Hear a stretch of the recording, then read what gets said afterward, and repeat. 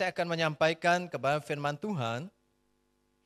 Namun saya akan mengajak saudara membaca di dalam pasal 2 dari kitab 1 Samuel. 1 Samuel pasal yang kedua, sedikit panjang ayatnya, karena ditulis dalam bentuk sebuah syair yang indah, ya. Syairnya bagus, indah. 1 Samuel pasal 2.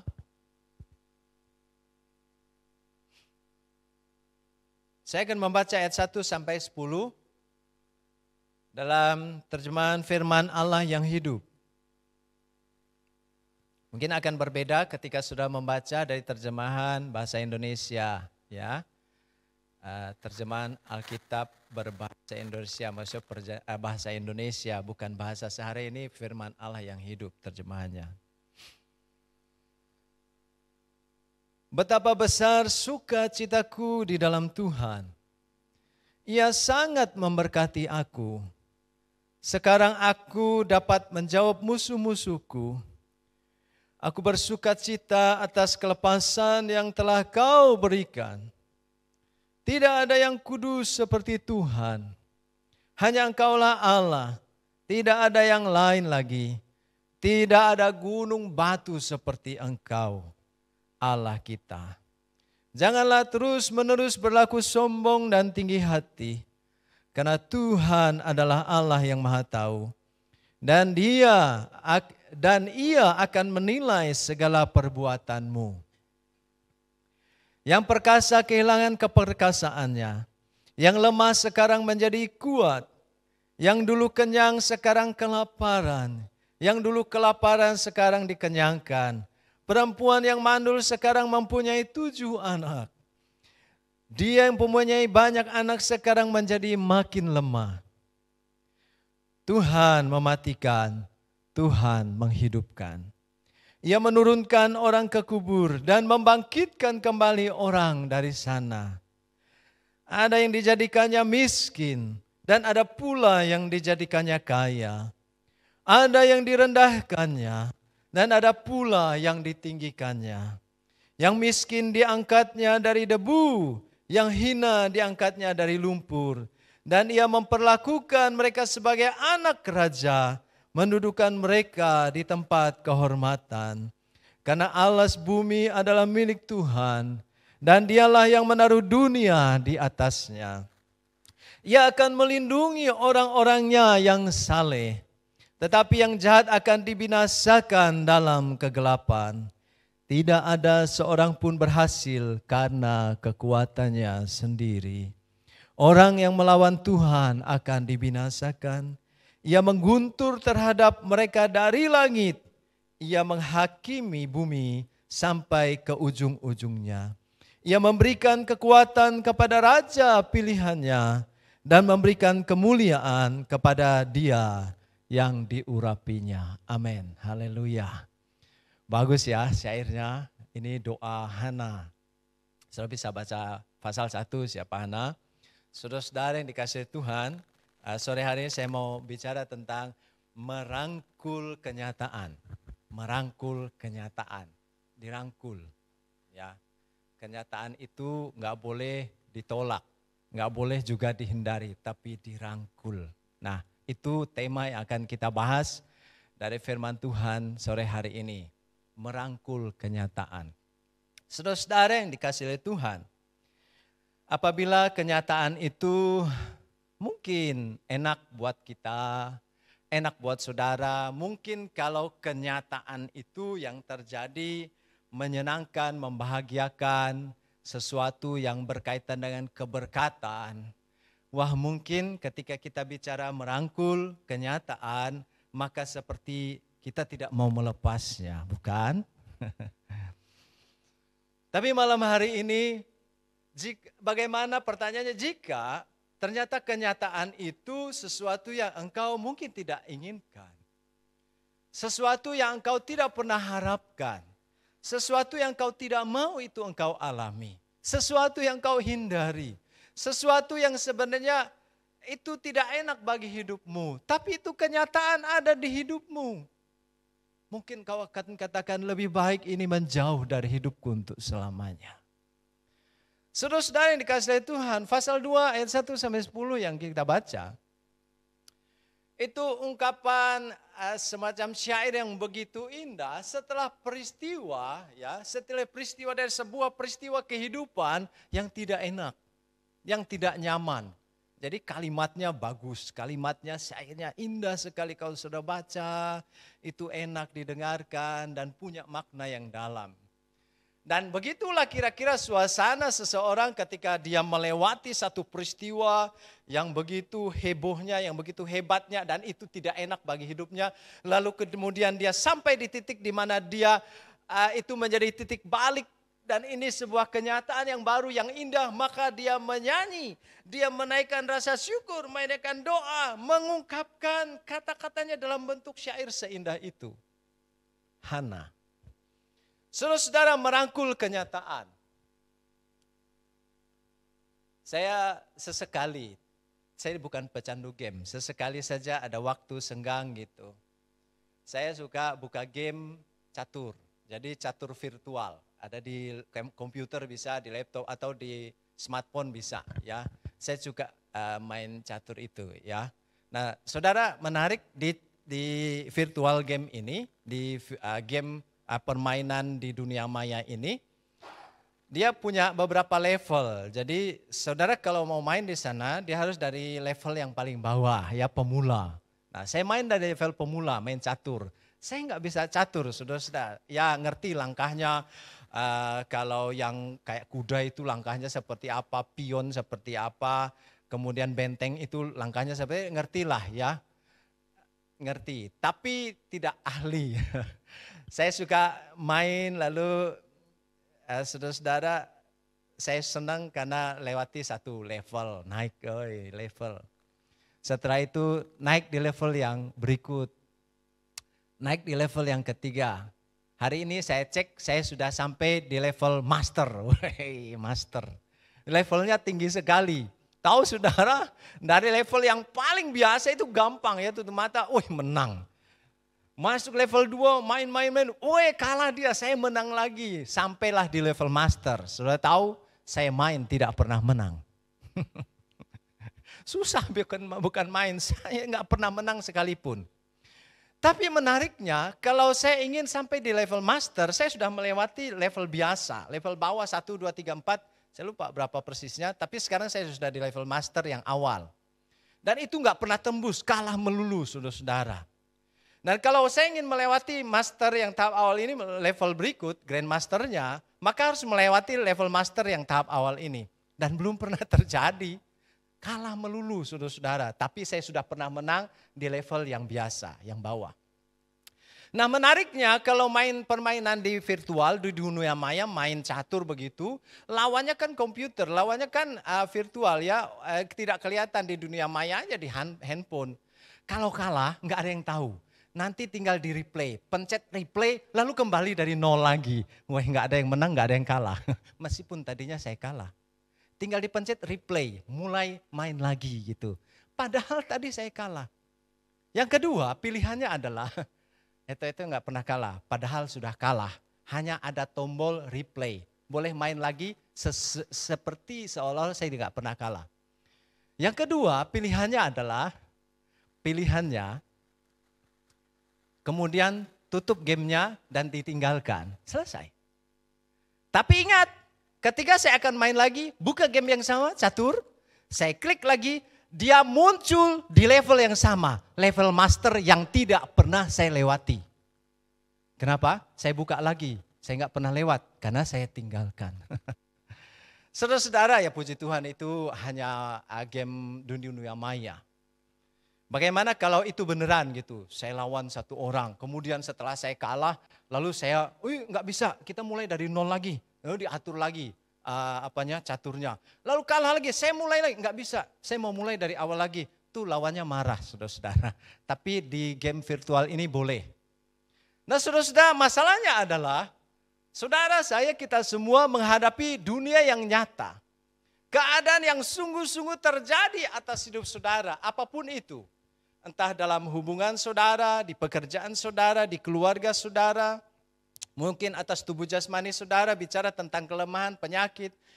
Atau bicara tentang keuangan, kekurangan dan sebagainya. Itu sangat real, itu sangat nyata. Ketika saudara mengalami peristiwa itu, saudara nggak bisa mereplay. Nggak enak nih keadaan.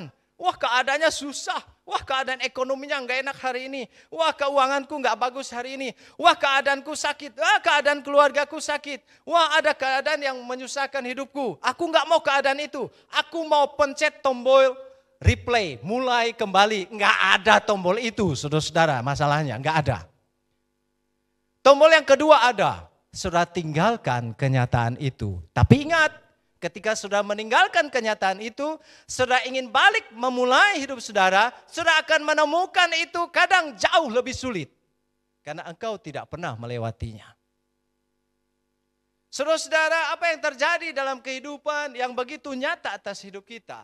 Firman Tuhan katakan, mari belajar kita merangkul kenyataan itu. Merangkul bukan untuk dimiliki selamanya, tapi merangkul saudara-saudara untuk memahami apa sebenarnya yang terjadi dalam hidupku. Apa sebenarnya yang bisa aku pelajari dari apa yang terjadi di dalam hidupku.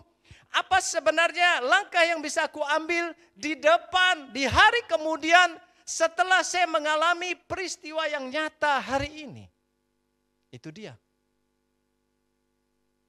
Ketika engkau meninggalkan sebuah kenyataan yang terjadi, yang sedang engkau alami, engkau lari dari kenyataan itu, engkau akan balik lagi, engkau memulai entah di tempat mana, engkau akan mendapati kenyataan yang sama kadang jauh lebih sulit. Dia sulit bukan karena masalahnya beda atau lebih tinggi, tapi persoalannya adalah engkau tidak pernah mencoba merangkul itu dan coba mendamaikannya dan engkau keluar dari keadaan tersebut. Saudara-saudara yang dikasihi Tuhan, mandul. Hana itu mandul. Mandul pada waktu itu, ya, itu merupakan aib. Di zaman Hana hidup di pasal 1 ya, sudah bisa baca. Suaminya namanya Elkana. Tidak punya anak, itu aib. Orang yang gak beruntung. Dari sisi manapun, dari sisi sosial itu dianggap orang yang tidak beruntung hidupnya. Itu aib di masyarakat. Lalu dari sisi spiritual juga itu menjadi semacam kegagalan saudara-saudara. Pada waktu Hana hidup, situasi seperti itu. Itu tanda orang yang tidak diberkati. Pada waktu Hana hidup, orang akan memandang seperti itu. Dia mengalami mandul, saudara-saudara. Hana tidak mempunyai anak karena ia mandul. Itu terjemahan firman Allah yang hidup. Berapa lama dia mandul, gak punya anak, gak dijelaskan. Tapi yang ditunjukkan oleh Alkitab, rupa-rupanya Elkana ini punya 2 istri, satu Penina, satu Hana. Nah yang lain anaknya sudah besar-besar, dia gak punya anak, saudara-saudara. Aib, dia rasa ini aib. Saudara-saudara yang dikasihi Tuhan, itu adalah kenyataan hidup. Kenyataan hidup yang dialami oleh seseorang di dalam dirinya. Di sepanjang setelah perkawinannya dia mengalami kenyataan bahwa dia rasakan ada aib di dalam hidupnya, di dalam dirinya, dalam perkawinannya. Karena dia tidak memiliki anak, dia tidak bisa melahirkan anak. Saudara-saudara yang dikasihi Tuhan, dari aib yang dia rasa ini, dari ketidakberuntungan sudah dalam situasi seperti itu. Dia mengalami cemooh pula. Dia mengalami hinaan pula. Atas keadaan tersebut ia ditertawakan, saudara-saudara. Ada pepatah mengatakan sudah jatuh tertimpa tangga pula. Udah jatuh itu kan gak enak. Jatuh lalu ketimpa tangga pisan. Itu peribahasa. Artinya sangat bertubi-tubi kenyataan hidup yang sesungguhnya kalau dia boleh memilih, Hana boleh memilih, dia nggak mau alami itu. Tapi nyatanya dia mengalami itu. Saudara-saudara, dia mengalami penderitaan. Kata yang dipakai di sana, dia seringkali menangis. Kemudian dia rasa gundah hatinya. Dia menderita, hatinya rasa tersakiti. Saudara-saudara. Saudara-saudara yang dikasih oleh Tuhan. Tidak hanya tersakiti. Itu merupakan penderitaan yang berat bagi dirinya.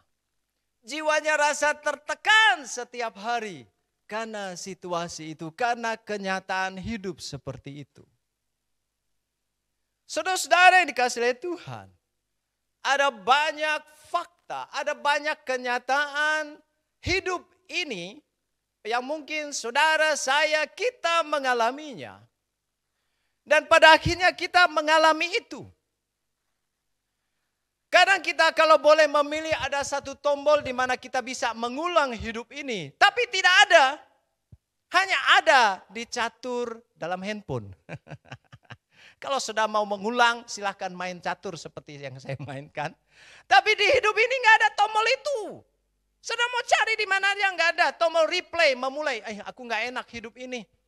Aku penuh penderitaan. Jiwaku berbeban.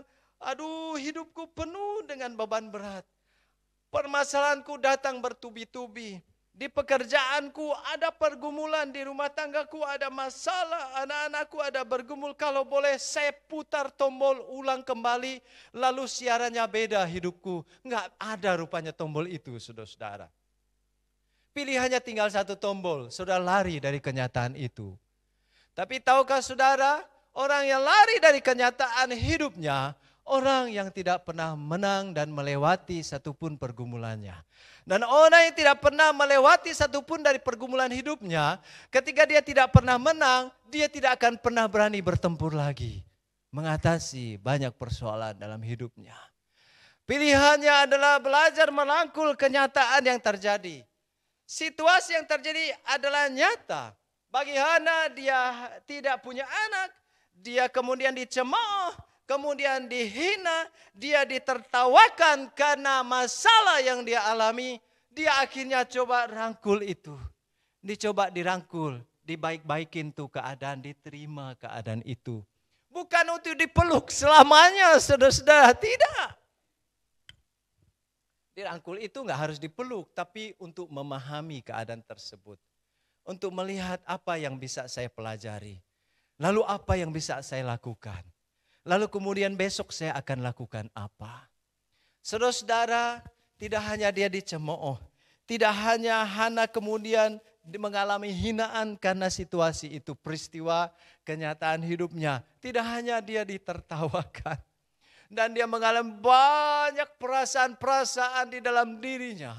Dia mengungkapkan itu. Dia alami susah hati di ayat 8. Saya baca. Elkana bertanya kepadanya, Hana, mengapa engkau menangis?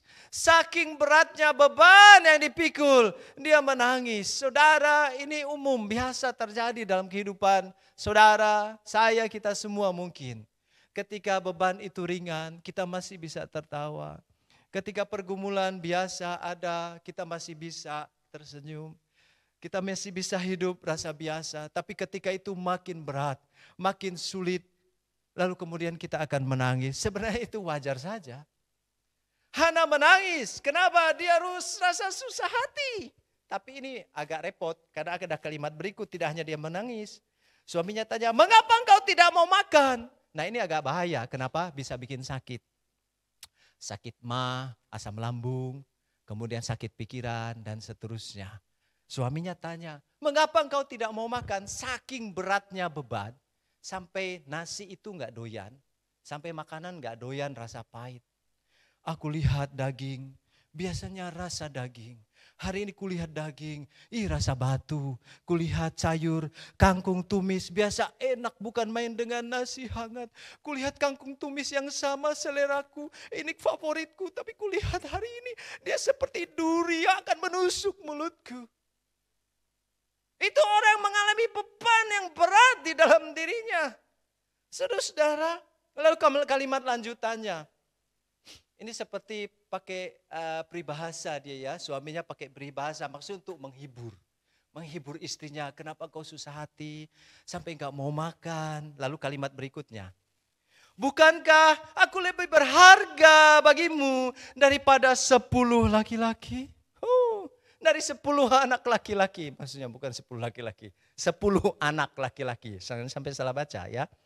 Bukankah aku lebih berharga bagimu dari 10 anak laki-laki? Saudara-saudara, saya pikir dalam sebuah hubungan yang baik, ketika istri mengalami pergumulan, yang pertama dia akan datang adalah kepada suaminya, betul? Masa datang kepada tetangga? Ya, ke Pak RT, ke Pak RW enggak lah ya. Ya ke suaminya gitu. Kalau yang muda-muda ya datang, kadang menepi, menyendiri ya. Kadang dia cari gadgetnya, ngobrol sendiri, kemudian mengaca wajahnya, aduh hai wajahku, dan seterusnya. Hana juga begitu, Elkana coba menghibur suami yang baik itu menghibur istrinya. Tapi kata-kata menghibur itu rupa-rupanya tidak mempan. Kalau boleh, Hana akan ngomong, suamiku nggak ngerti-ngerti masalahku ya. Dia lalu ngomong begini, ini kalimat saya buatkan untuk Hana karena dia bebannya sangat berat. Saya buatkan puisi untuk dia. Ku tahu cintamu padaku, namun itu pun tak mampu memahami penderitaanku. Kucurahkan segenap air mataku, sampai menggenangi simpuh lututku. Meratapi hari-hariku yang disayat sembilu. Tak kala ku sujud lelah tanpa kata sendu, di situ kutemukan bisikan merdu. Itu puisi saya buat Hana, supaya dia sampaikan ke suaminya. Saudara-saudara yang dikasihi oleh Tuhan, itu kenyataan. Kadang kita mengalami beban, pergumulan, kesusahan. Kita datang ke si A yang kita pikir, bisa. Ke anak, ke suami, ke ini. Kayaknya gak ngerti-ngerti deh. Saya ngomong A, dia jawab B. Saya ngomong C, dia jawab D. Saya cerita F, kemudian dia ngomong H. Ada satu tokoh saya suka. Dia suka tampil di acara talk show yang lucu-lucu. Talk show yang banyak humornya. Tokoh ini namanya Bolot, saudara-saudara. Ya. Nah, Bolot itu menarik. Jadi penokohannya itu, kalau ada lawan bicaranya, misalnya ngomong A, nanti dia akan jawab B. Nanti kalau temannya ngomong C, dia akan bisa jawab G. Kalau temannya jawab F, tanya F, dia bisa jawab kemudian I. Itu Bolot. Tapi menarik, ketika cewek yang tanya dia langsung jelas. Kalau cewek ini tanya A, dia akan jawab A. Kalau tanya B, akan jawab B. Wah, ini saya suka. Tokoh ini seperti satir yang bagus. Itu satir, itu sindiran bagi model hidup manusia. Model hidup kita sehari-hari, saudara-saudara. Kadang kita ngomong, mengeluh A, tapi sepertinya jawabannya kok datang B. Saya mencurahkan isi hati ke sini, kok jawabannya F dan seterusnya. Seperti tidak ada jawaban yang pas. Saudara-saudara yang dikasihi oleh Tuhan. Di saat-saat situasi sulit, di saat-saat pergumulan, mungkin kenyataan itu tak terhindarkan. Kita mengalami, saudara saya, kita mengalami situasi yang mungkin saudara tidak mau. Seperti kalau saya bawa melis, saya tidak mau mengalaminya. Tapi firman Tuhan katakan, rangkul kenyataan. Belajar merangkul kenyataan. Karena ketika kau merangkul kenyataan, kau akan belajar bagaimana merespon dengan cara yang benar. Nah, menanggapi dengan cara yang benar itu hanya terjadi ketika engkau mau belajar merangkul kenyataan hidup. Orang menjadi pintar menanggapi keadaannya, hidupnya menjalani hidupnya besok, lusa dan seterusnya ketika dia belajar merangkul kenyataan yang dia alami hari ini, lalu dia belajar di sana menanggapinya dengan cara yang baik dan benar. Haleluya. Saudara di ayat berikut, di ayat 10-11 dari firman Allah yang itu saya baca. Hana sedang sedih sekali. Dan ia berdoa kepada Tuhan sambil menangis. Enggak apa-apa, berdoa sambil menangis. Itu tanggapan yang benar. Itu tanggapan yang baik. Respon yang baik ketika kamu merangkul masalahmu. Dia tetap menangis. karena dia merangkul kenyataan hidupnya. Dia menangis karena hatinya rasa dilukai. Dia menangis karena dia rasa dicemooh. Dia menangis karena dia rasa dihina dan dia rasa beban itu begitu berat. Kenyataan yang dia alami, yang dia perhadapkan dalam hidupnya begitu berat. Dia menangis, tapi kali ini dia menangis di hadapan Tuhan. Itu yang saya maksud dengan tanggapan yang benar dan baik atas keadaan yang engkau alami, atas kenyataan yang terjadi. Jadi ketika kita menghadapi kenyataan, saudara-saudara, rangkul itu. Ketika engkau merangkulnya, maka engkau akan belajar menanggapi dengan cara yang baik dan benar. Benar, tanggapannya benar. Dia di hadapan Tuhan mengungkapkan semuanya itu. Saudara-saudara yang dikasihi oleh Tuhan. Tuhan tahu ketika engkau datang di hadapannya dalam keadaan menangis. Tuhan tahu ketika engkau datang kemudian sambil berbeban berat engkau mulai menangis, saudara. Ayat 19. Ayat 19. Saya akan baca kalimat terakhirnya saja. Setelah Hana menanggapi dengan cara yang benar. Apa jawab Tuhan? Ayat 19. Dan Tuhan mengingat dia. Dan Tuhan mengingat Hana. Dan Tuhan mendengar dia. Dan Tuhan mendengar Hana. Haleluya. Saudara-saudara yang dikasihi oleh Tuhan. Tanggapan yang benar, merespon dengan cara yang benar saat engkau merangkul kenyataan hidup yang kau alami, yang kau coba rangkul dan kau coba menanggapinya dengan cara yang benar, meresponnya dengan cara yang benar. Saudara-saudara, Tuhan itu mendengar. Tuhan itu selalu ingat kepada saudara. Dia tidak lupakan engkau. Dia ingat engkau. Dia tidak meninggalkan saudara. Haleluya. Tadi pagi saya bicara tentang shortcut, jalan pintas. Kadang kita pengen jalan pintas. Gak mau menunggu lama-lama. Ya, biar Mr. Bean saja suka jalan pintas. Kita gak usah. Saudara-saudara yang dikasihi oleh Tuhan. Saudara perhatikan dalam pembacaan, kalau dia sudah baca di ayat pasal 1, sudah akan mendapatkan satu tempat yang namanya Silo. Hana, Elkana, keluarganya sedang berada di daerah yang namanya Silo. Di Silo itu mereka datang untuk beribadah. Kenapa? Di Silo tempat Hana sedang menangis, di situ terdapat tabut Allah. Apa maksud tabut Allah bagi mereka? Tabut Allah merupakan lambang kehadiran Allah di tengah-tengah umatnya. Tabut Allah adalah lambang simbol dari kehadiran Allah menyertai umatnya. Tabut Allah adalah tanda penyertaan Allah atas umatnya. Saudara-saudara, responilah dengan cara yang benar. Hana merespon dengan cara yang benar. Dia datang di tempat yang tepat, dia menangis di tempat yang tepat, kepada orang yang tepat, kepada pribadi yang tepat. Dia mengungkapkan semua isi hatinya di saat yang tepat dan dia menanggapi kenyataan hidupnya dengan cara yang tepat dan benar. Dia berada di Silo, dia berada di mana tabut Allah berada, yang ada lambang, yang adalah simbol kehadiran Allah, simbol dari penyertaan Allah, simbol dari kuasa dan kehadiran Allah. Saudara-saudara yang dikasihi oleh Tuhan, ketika engkau diperhadapkan pada satu kenyataan hidupmu, dan kau mungkin katakan, aku tidak menyukainya. Ini keadaan yang aku tidak, kalau boleh aku enggak mau alami. Tapi firman Tuhan katakan, jangan kau lari dari kenyataan hidupmu.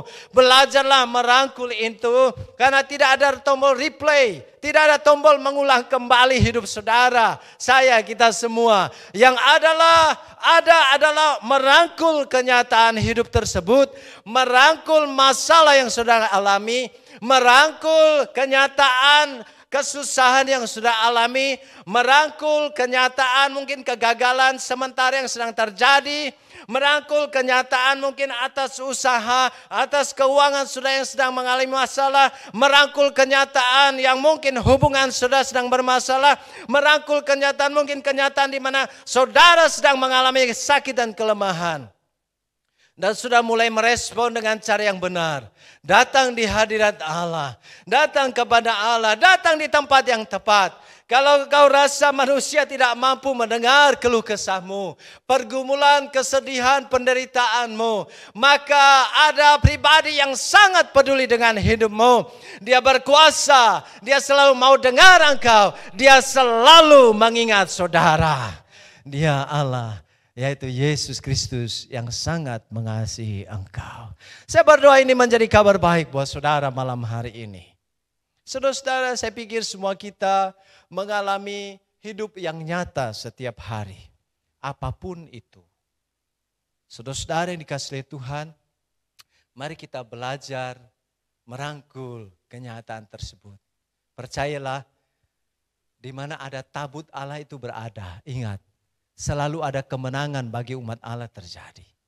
Di mana ada tabut Allah itu hadir, selalu rumah tangga itu diberkati. Di mana tabut Allah itu berhenti, maka di situ ada kemenangan terjadi. Di mana tabut Allah berhenti, ada banyak hal yang hebat terjadi. Di mana tabut Allah berhenti, di situ ada kekudusan Allah dinyatakan. Di mana tabut Allah berhenti, di situ ada kuasanya turun di atas umatnya.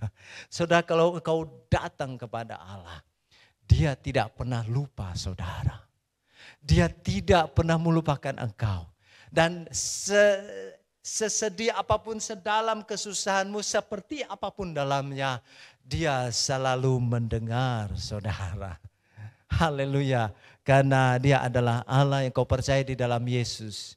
Dia adalah Allah yang hidup, Allah yang telah bangkit dari kematian. Saudara-saudara yang dikasihi Tuhan, malam hari ini, di titik manapun engkau sedang mengalami kenyataan hidup saudara, maka rangkul itu. Lalu tanggapi dengan cara yang benar. Dan pastikan engkau bawa di tempat semua yang kau rangkul dari kenyataan hidupmu. Kau bawa di tempat yang tepat. Yaitu di tempat di mana Allah berada. Amin. Mari kita akan berdoa.